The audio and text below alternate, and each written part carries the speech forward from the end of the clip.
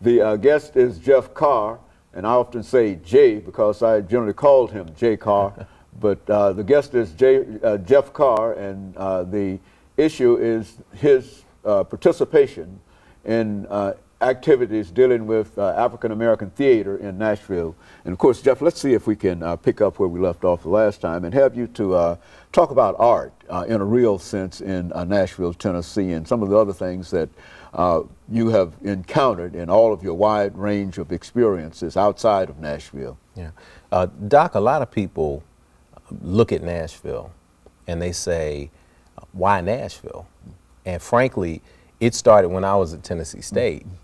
There were people who were fellow students and peripheral members of the community who saw some of the things that we did at TSU, saw some of the student leadership activities we partook in, saw some of the initiatives that we launched, and I would consistently get the same thing. They said, oh man, you're real good. You need to get out of Nashville. And so you can't be good in Nashville. Right.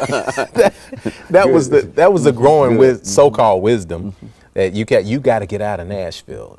You need to be in LA, you need to be in New York, you need to be in DC, you need to be in Chicago, where things are really happening. And so we would get that a lot. I would get that a lot. And so I worked in Nashville for a while, doing everything from, I have a background in community organizing, and of course film and television and theater and music and that kind of thing. But there was something about the draw as a young man to New York that I always had. It's that notion of if I can make it there, I can make it anywhere.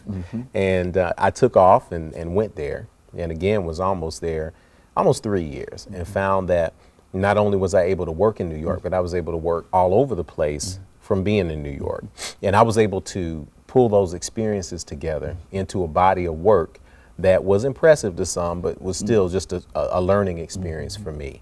And so at that point, I said, the only way Nashville is going to be a place where people eventually want to come to is if we go back and create the kind of institutions that I always wanted to have here as a young man. And so that's why I came back. My father and my mother were aging also. I had an opportunity to spend a lot of time with my dad, even more time with my dad, rest his soul. He passed in 2001. But being able to be in close proximity to family and friends was important.